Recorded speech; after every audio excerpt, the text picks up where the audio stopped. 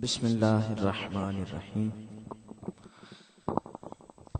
اللہم کل ولیک الحجت ابن الحسن صلواتک علیہ وعلی آبائہ فی ہذہ الساعۃ وفی کل ساعۃ ولیا وحافظا وقائدا وناصرا ودلیلا وعینا حتی تسکنہ زکاة وتمتعہ فیہا طویلا یا رب محمد وآل محمد صلی علی محمد وآل محمد وعجل فرج آل محمد بلند تر صلوات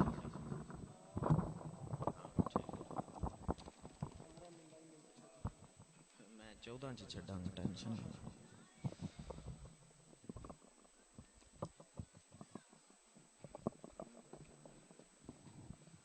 ٹھیک مہربانی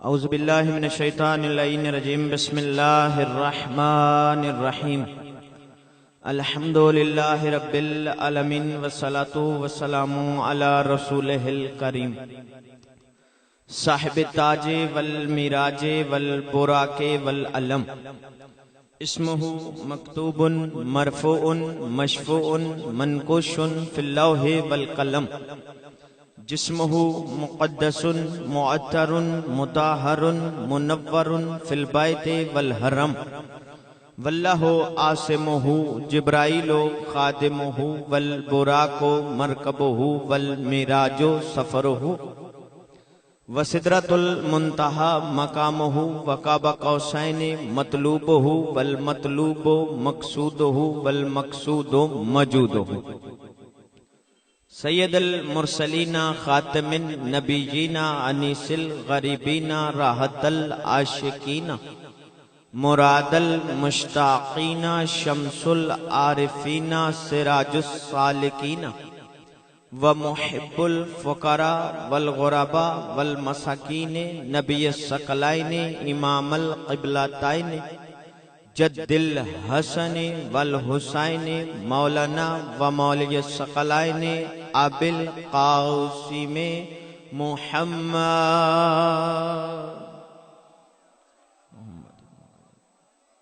واہل بیتہ الطیبین الطاہرین المعصومین المنتجبین المنتخبین المہدیین الذی اذہب اللہ عنہم رجسا وطاہرہم تطہیرا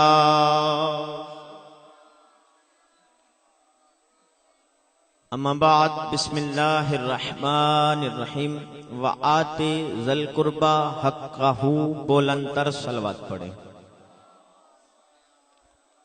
اس طرح نہیں سننے والی صلوات پڑھو سونے والی صلوات نہ پڑھو بلند آواز سے مل کے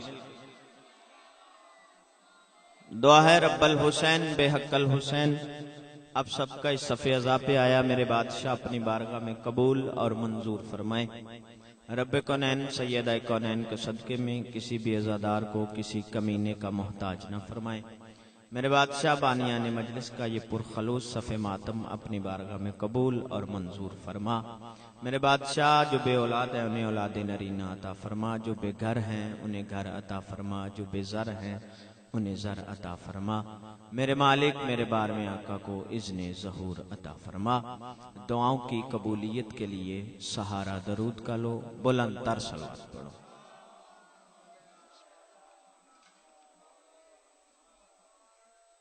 صاحبان بزم معرفت موالیان حیدر کرار عزدران محسن انسانیت حکم کی تعمیل وعدہ وفا میں نے آپ کے سامنے قرآن مجید کی ایک آیت عنوان سخن قرار دی ہے ہمارا بڑا مختصر واقعی ٹائم ہے اتنے سننے والے نہیں جتنے پڑھنے والے تشریف فرمائیں بڑا مختصر لیکن ایک جامع گفتگو کرنا چاہتا ہوں کیونکہ ذاکری دا تے کال دا جوڑ تے کوئی نہیں لیکن میں کوشش کروں گا کہ بات سمجھا کر جاؤں میرے معزز سامعین گرامی قدر اس آیت کے پیش نظر جو ہمارا عنوان سخن عنوان مجلس موضوع ہے وہ ہے حق سیدہ اور حقوق نساء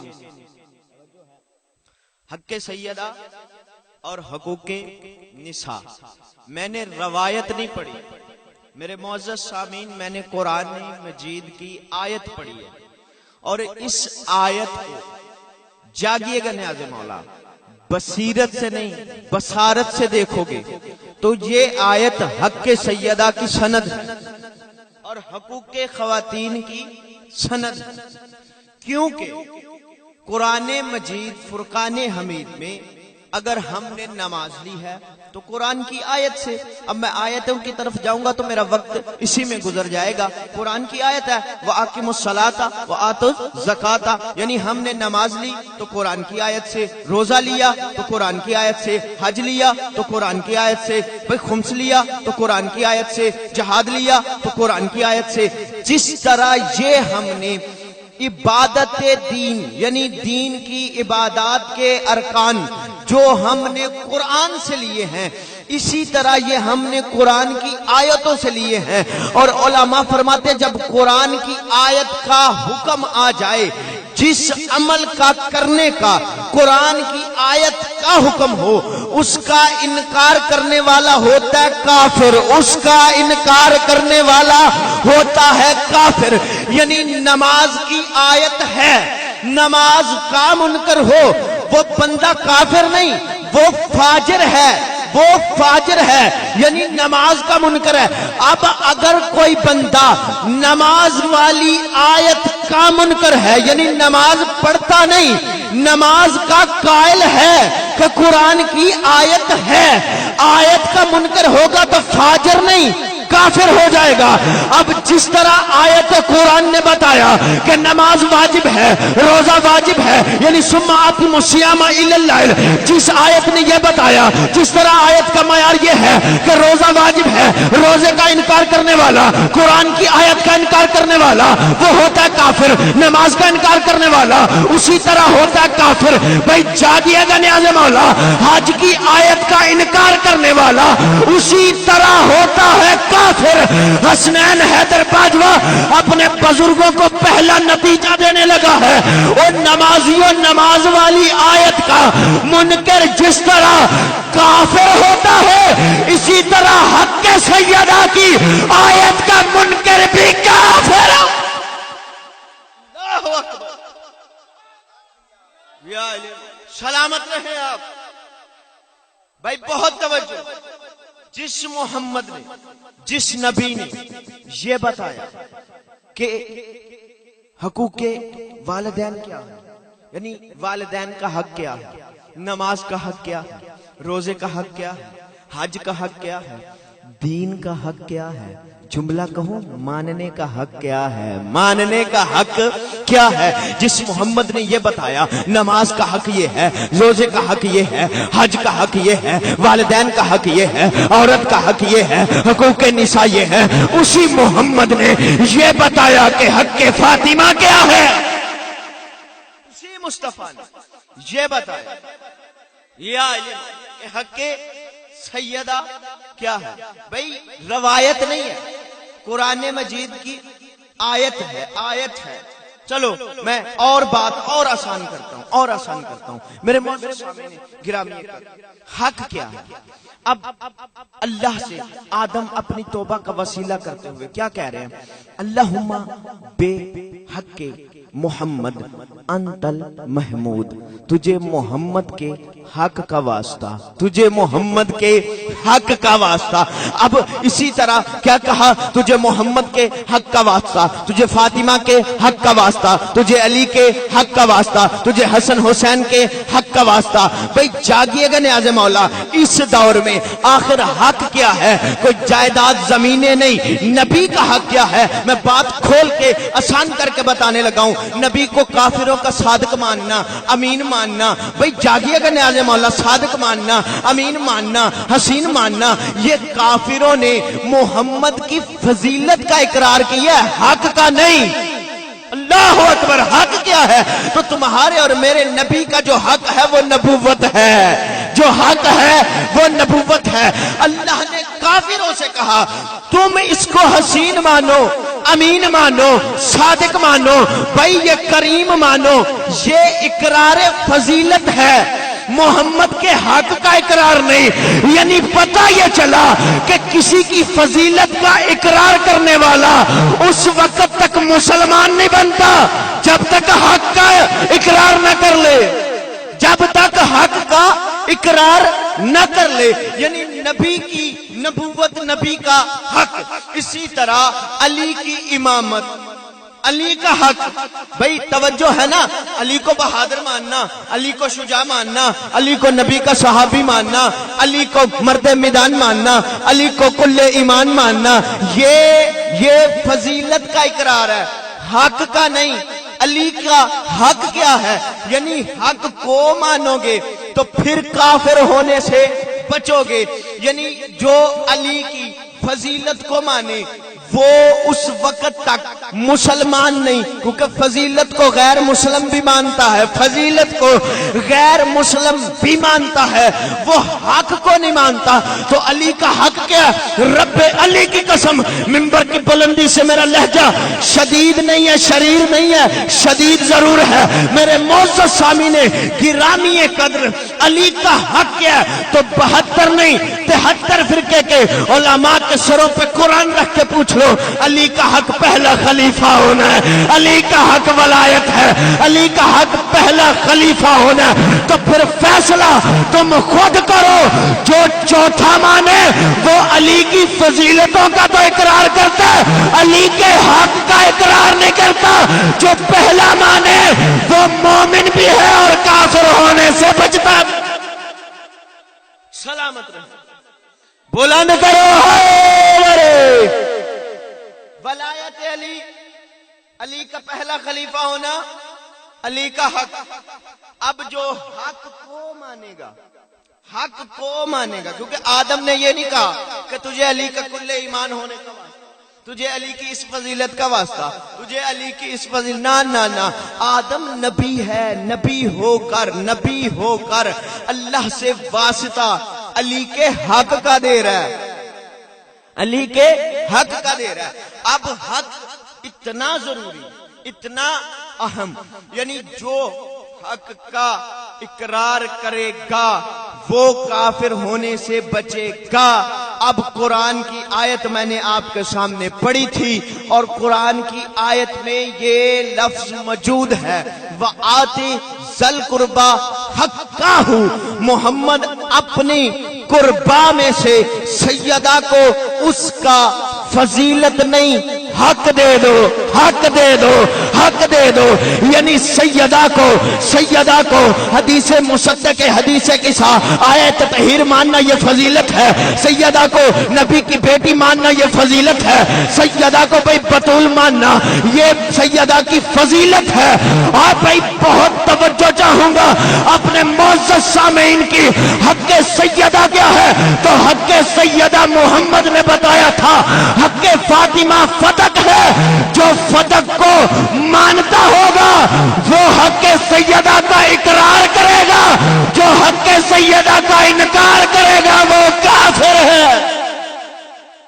جو اقرار کرے گا یا علم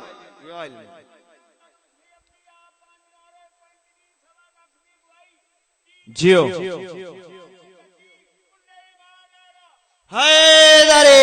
آپ ساحل بھائی آپ سلام بھائی توجہ ہے. حق سیدہ یہ حق ہے، فضیلت کا اقرار ہے، کرنا چاہیے، لیکن حق کا انکار کر کے بندہ مسلمان نہیں ہوتا، بندہ کافر ہو جاتا ہے. بھائی یہ کافر جو تھے، یہ کافر یہ کیا کرتے ہیں؟ اللہ کو مانتے ہیں نا. یہ جتنے بھی مذہب ہیں اس وقت دنیا میں وہ اللہ کو مانتے ہیں لیکن اللہ کے حق کو نہیں مانتے. میں اپنے معزز سامعین کے لیے بات کھول دیتا ہوں. اللہ کا حق کیا ہے؟ لا شریک ہونا.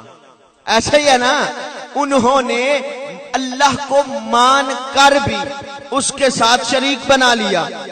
وسیلہ غلط پکڑ لیا، یعنی اللہ کا حق ادا نہیں کیا۔ پتہ چلا جو حق کا اللہ سے لے کر سیدہ تک جس کے بھی حق کا منکر ہو وہ کافر ہوتا ہے، وہ کافر ہوتا ہے، وہ کافر ہوتا ہے۔ لو وقت ختم ہو گیا، نتیجہ خیز بات آخری پیغام دیتا ہوں اور طالب دعا ہو جاتا ہوں، کیونکہ جتنا بھی میں پڑھ لوں یہ بات تو ختم نہیں ہو سکتی، کیونکہ حق سیدہ ہے اور تمہارے اور میرے رسول کی بیٹی نے حقوق نساء سمجھانے کے لیے، حقوق نساء بتانے کے لیے، حق اپنا ان سے لینے کے لیے اور حق لے کر بتانے کے لیے کہ حقوق نساء میرے بابا نے بھی بتائے تھے، میرے بابا نے بھی سمجھائے تھے، اور اسلام میں حقوق نساء کی اہمیت کیا ہے یہ بتانے کے لیے تمہارے اور میرے رسول کی بیٹی جب دربار میں گئی ہے، محمد کی بیٹی نے جا کے قرآن کی آیتیں پڑھنا شروع کی، فضیلت بیان نہیں کی، اپنی فضیلت بیان نہیں کی۔ وہاں پہ سیدہ کا خطبہ موجود ہے، سیدہ نے قرآن کی آیت انما یرید اللہ نہیں پڑھی، قرآن کی آیت فی القربہ نہیں پڑھی، قرآن کی کوئی اور آیت نہیں پڑھی۔ کون سی آیت پڑھی؟ وَوَرَثَ سُلَیمَانَ وَدَاؤُدَ، سیدہ نے وراثت والی حق والی آیت پڑھی۔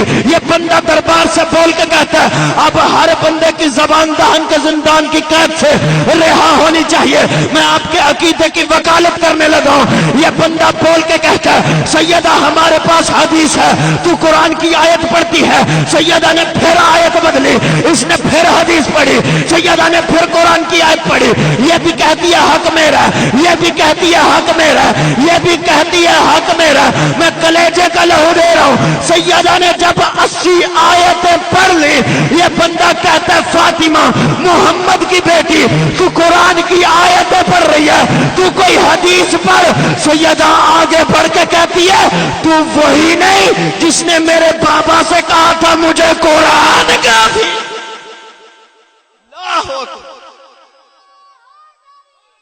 بولو بولو للہ کلندر تو جی بسم اللہ، تو وہی نہیں جس نے کہا تھا قرآن کافی ہے۔ آج میں قرآن کی آیتیں پڑھ رہی ہوں، تو آج قرآن کی آیت کو مان کیوں نہیں رہا؟ سیدہ نے، میں 36 کتابیں میری لائبریری میں موجود ہیں، سیدہ نے 80 آیتیں پڑھی، ہر آیت کا کیا انکار۔ ابھی میں آپ کے سامنے بیان کر چکا ہوں کہ جو آیت کا انکار کرے وہ کافر ہے، قرآن کی آیت کا انکار کرے وہ کافر ہے۔ ایک ہوتا ہے فاسق، ایک ہوتا ہے فاجر، ایک ہوتا ہے کافر۔ فاجر وہ ہوتا ہے جو نماز بھئی مانتا تو ہے پڑھتا نہیں ہے، مانتا تو ہے پڑھتا نہیں ہے۔ اب یہ فاسق بھی نہیں رہے، اب یہ فاجر بھی نہیں رہا۔ سیدہ نے دربار میں کھڑے ہو کے قرآن کی 80 آیتیں پڑھی، اور پڑھنے کے بعد سیدہ نے وہاں پہ یہ ثابت کیا، سیدہ نے کہا کہ تو نے ایک معصوم کا انکار کیا، تو نے ایک معصوم کا انکار کیا، سیدہ سے گواہی مانگے گی۔ سیدہ نے گواہی میں 2 معصوموں کی گواہی دی ہے۔ میرے معزز سنی شیعہ بھائیوں، فیصلہ میں تم پہ چھوڑتا ہوں، عیسیٰ نبی تھا معصوم، بھائی جنہوں نے گواہی مانگی تھی وہ مسلم نہیں تھے، وہ مسلم نہیں تھے۔ عیسیٰ نے ماں کے لیے گواہی دی، انہوں نے مانی۔ اب یہ قرآن کے اس واقعہ کا بھی انکار ہوتا ہے اگر سیدہ سے گواہی مانگو تو۔ بھائی یہ عیسیٰ مریم کے بطول ہونے پہ شک ہوتا ہے اگر نعوذ باللہ یہ کہا جائے کہ فاطمہ گواہی دے۔ معصوم سے گواہی مانگنے کی اجازت نہیں ہے۔ بڑی جلدی میں ایک واقعہ آپ کے گوشت گزار کرتا ہوں۔ ایک بندہ باہر کھڑا تھا مدینے کے، گھوڑا بیچنے کے لیے تھا، وہ غیر مسلم، گھوڑا خریدا محمد مصطفیٰ نے، محمد مصطفیٰ نے اس سے سودا کر لیا۔ سرکار چلے گئے گھر، سرکار وہاں سے درہم دینار لینے کے لیے گئے۔ سرکار جب واپس آتے ہوئے اس نے وہ گھوڑا اور کسی کو بیچ دیا تھا۔ محمد مصطفیٰ نے آ کے اس سے کہا میرا گھوڑا کہاں ہے؟ اس نے دگنی قیمت میں بیچ چکا تھا۔ اس نے کہا کون سا گھوڑا؟ محمد نے کہا جس کا ابھی سودا ہوا تھا۔ یہ آپس میں بات کر رہے تھے۔ اس نے کہا آپ جھوٹ بول رہے ہیں نعوذ باللہ، آپ نے تو کوئی گھوڑا نہیں خریدا، کسی کا سودا نہیں ہوا۔ اگر سودا ہوا ہے تو کوئی گواہ دو۔ معصوم سے مدینے کی گلی میں کھڑے ہوتے کے اس نے گواہی مانگی. ایک بندہ جو باہر سے نہیں، بھائی جاگیے گا نیاز مولا، ایک بندہ جو باہر سے تو کالا تھا اندر سے کالا نہیں تھا. جناب بلال نے دیکھا محمد مصطفیٰ کھڑے ہیں. جناب بلال نے آ کے پوچھا آخر ماجرا کیا ہے، آخر واقعہ کیا ہے؟ سرکار نے کہا اس نے مجھے گھوڑا بیچا، میں نے خریدا. اب یہ مان نہیں رہا، یہ کہتا محمد مصطفیٰ سے میں نے گواہ مانگا، اگر کوئی گواہ ہے تو دے دے، میں گھوڑا واپس لا کے دے دوں گا. جب کہا نا گواہ ہے تو دے دے، اس وقت بلال نے بڑھ کے کہا میں گواہی دیتا ہوں، میں گواہی دیتا ہوں محمد نے گھوڑا خریدا تھا. یہ کہتا میں نے تیرے امین ہونے کے بڑے تذکرے سنے تھے، بڑے چرچے سنے تھے کہ محمد تو صادق و امین ہے. اپنی ایمانداری سے بتا، جب ہمارا سودا ہوا یہ بلال پاس تھا، اس وقت سرکار نے بلال کی طرف سوالیہ نظروں سے دیکھا. بلال مسکرا کے کہتا ہے سرکار آپ کو پریشان ہونے کی ضرورت نہیں، میں اس کو جواب خود دیتا ہوں. بلال ان کی طرف اس کی طرف بڑھ کے دیکھ کے کہتا ہے خاموش ہو جا، جس محمد کے کہنے پہ میں نے بن دیکھا اللہ مان لیا، گھوڑا نہ مان. جی ہاں بسم اللہ، بسم اللہ. میرے نہایت واجب الاحترام میرے بھائی مالک ان کی زبان میں اور تاثیر عطا فرمائے. بھائی جان سے دعا بن اللہ مان لیا تو گھوڑا نہ معصوم سے گواہی کی، معصوم سے گواہ مانگنے کی اجازت نہیں. جی بسم اللہ. 14 ربیع الاول جشن جی اتھے جشن ہے. میں مسکین نہیں اور بھی پڑھن والے کافی نے. فضل عباس بخشی صاحب نے لاہور کو کافی اچھا پڑھ دیا.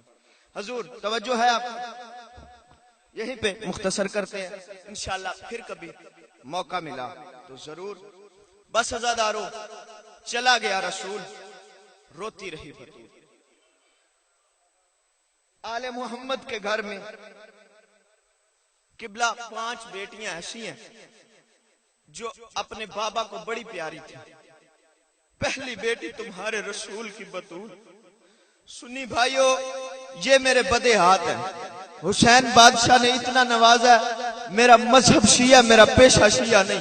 میں اپنے سنی بھائیوں سے ہاتھ باندھ کے عرض کروں گا اپنی مرضی کے بندے کے سر پہ قرآن رکھ کے ضرور پوچھنا آخر ہمارے نبی کی بیٹی کا قصور کیا تھا.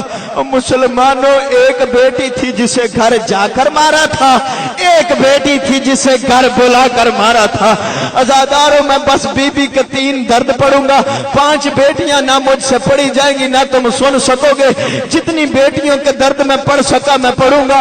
پہلی تمہارے رسول کی اکلوتی بیٹی ہے جناب بطول جسے مسلمانوں نے بڑا ہی مارا. دوسری مولا علی کی بیٹی زینب جو اپنے بابا کو بڑی پیاری تھی. تیسری جناب سکینہ جس بی بی کے دن کی مجلس ہے عزادارو حسین کو بڑی پیاری تھی، مسلمانوں نے بڑا ہی مارا. اور چوتھی بیٹی عاتقہ خاتون ہے جو مسلم کو بڑی پیاری تھی. محمد کی بیٹی کا صرف ایک درد میں پڑھوں گا اور باقی بیویوں کے درد پڑھنے کی کوشش کروں گا. اگر وہ آپ نے ساتھ دیا تو پڑھ سکوں گا. عزادارو پہلا درد اس بی بی کا یہ ہے تمہارے رسول کی بیٹی دربار سے آنے کے بعد، میں تاریخ کا ضامن بن کے کہہ رہا ہوں، دربار میں آنے کے بعد جب تک زندہ رہی ہے نا اپنے بیٹوں سے چہرہ چھپاتی رہی ہے. ایک دن حسن مولا نے کہا اماں تو ہمیں چہرہ کیوں نہیں دکھاتی؟ سیدہ نے رو کر کہا حسن بیٹا جب میں مر جاؤں میرا کفن ہٹا کے دیکھ لینا.